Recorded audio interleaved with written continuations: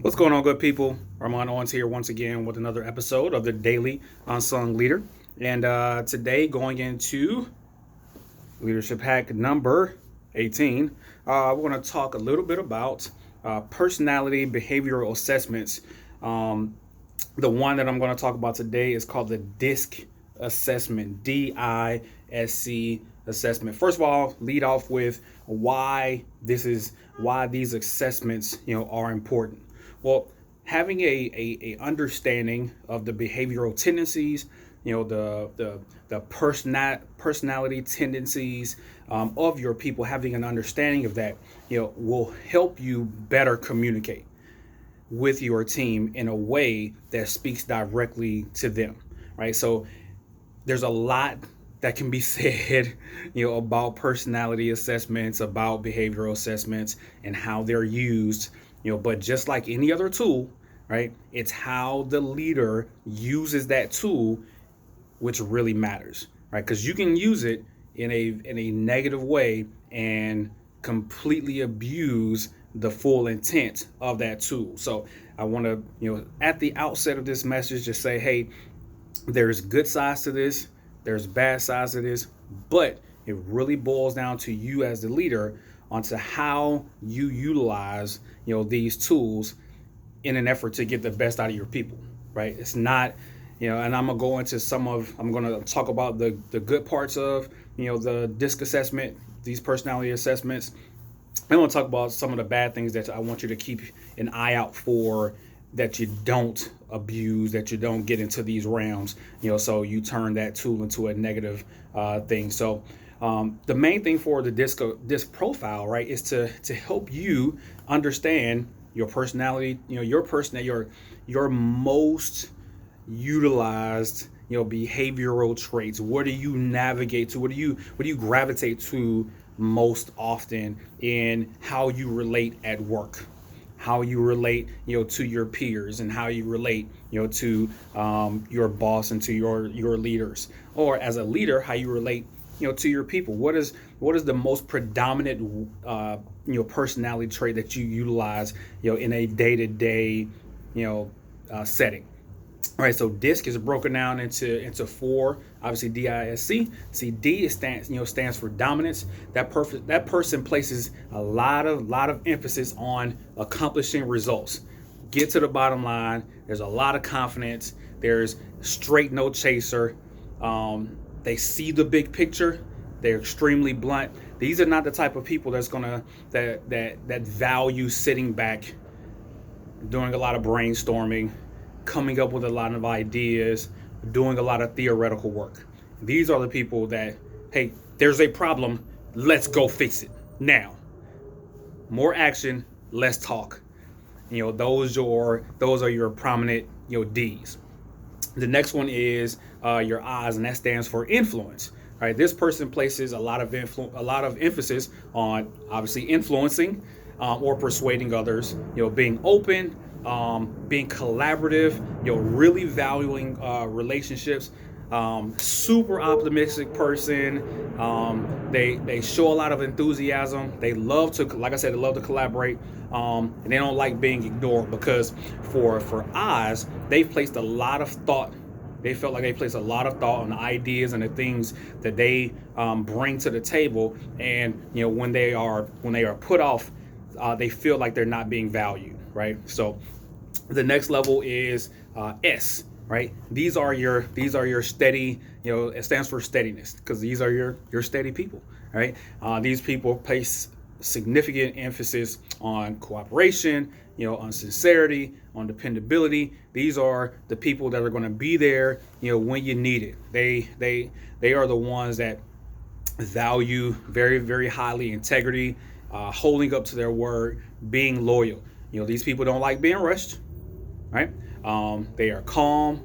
They approach things in the same demeanor pretty much every time, and these are your more support people. They don't like really being in the forefront. They want to be in the back, doing the work, and they're happy with just making sure that the results get to the results match the expectations, and they're happy with that. You don't need to put a lot of shine on them.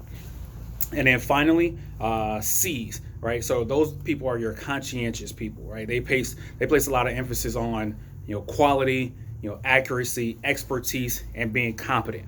You can assess just based on that. You may find a lot of our IT personnel, kind of in that range of C, of conscientiousness.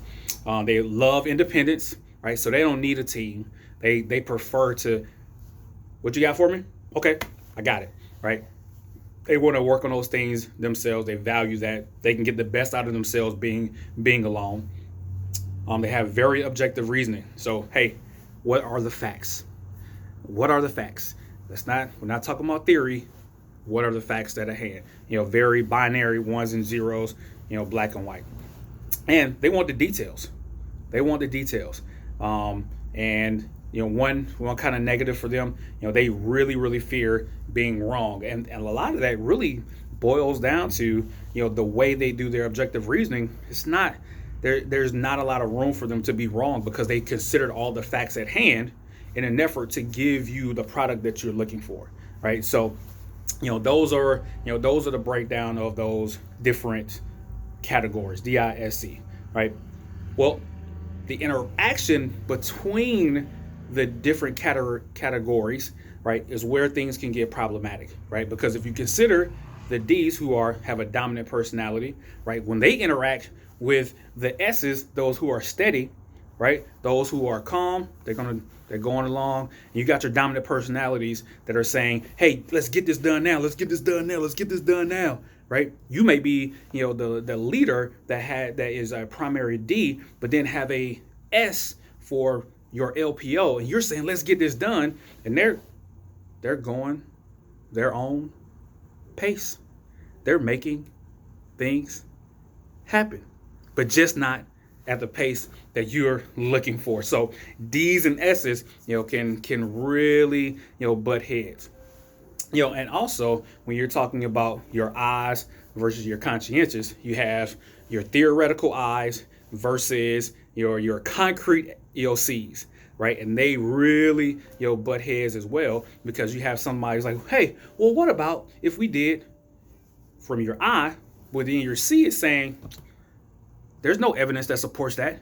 No one's ever done that before, right? Show me the data that supports how we're going to do this, right? When your I's are more idea, thinking out of the box, and your C's are really the ones that kind of define, what that box actually looks like, right? So that's where those problems come in. And you can do that. You can find those DISC assessments pretty much, all over the internet. One of the places I think I've gone to is 123 Test. You can do a quick one and kind of get a sense of where you fall, where you fall. Some of the negatives that are associated with DISC assessments are you can't label people. You can't label people and put them, and put people in this box. Okay, this is my D, so I'm going to let them stay where they are and pigeonhole them or stovepipe them because of where this personality test says they are, right?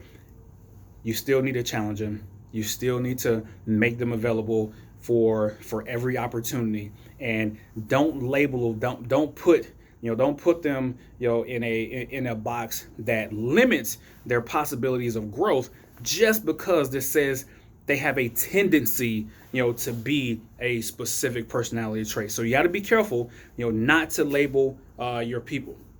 Number two, when you get your people's results, or you find out what your people's results are, don't excuse the behavior, right? Don't excuse any negative manifestations of that personality trait, right? So when you have somebody who's a high S, right, that may struggle really voicing, their opinions, when they are counted upon, to bring their ideas, to the table so that collaboration may happen, you can't excuse that. You can't excuse that behavior.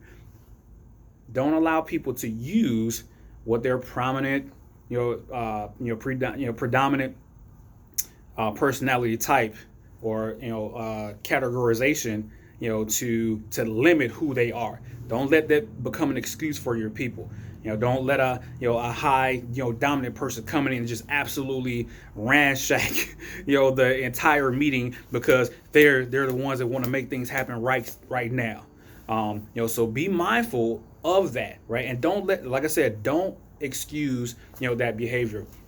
And finally, don't use the disc, to measure skill, right? Don't let this become the predominant method, to determine whether or not somebody is qualified, for a position, right? Because this is just a tendency. This is just one aspect of a person. By no stretch of the imagination can a personality assessment fully encompass the wholeness of who somebody is, right? So don't allow this to completely become, the lenses through which you see the people that you lead, right? That's a very, very important point. That's a big one. You cannot use this personality trait to say, hey, this is who this person is defined as, because it's not. We are more nuanced, we're more layered, we're more complex as human beings. This is just a tendency. This is just who we show up as most often, right? But there's a lot of layers to us as human beings. You can't use this assessment to completely say that this is who, this person is, and that they don't have the ability, that a dominant person doesn't have the ability to be conscientious, or an influential person doesn't have the ability to be steady and calm, right? So don't get into where you shape a person by the results that a disc assessment, shows to you, right? So, but I encourage you, take a disc assessment. I will put a disc assessment I'll put a link into the comments so that you can take a look at it for yourself, so that you can determine what your assessment is for yourself if you've never taken a disc assessment. But it's a good thing for your team. It's a good hack for your team, just so you have a more a wider range of understanding of the people that you lead, so you can understand where they're coming from, right? And you also have a better understanding of how to motivate them, and they get the clarity of understanding who they are and how they relate to everybody else in the team, right? So collaboratively, it becomes a tool that makes that team more effective, right? And more synergistic. So hope you got a little bit out of that. Like I said, if you got any questions, as always, my DMs are open, right? But like, share, comment, let me know what you think. Unsung Leader out.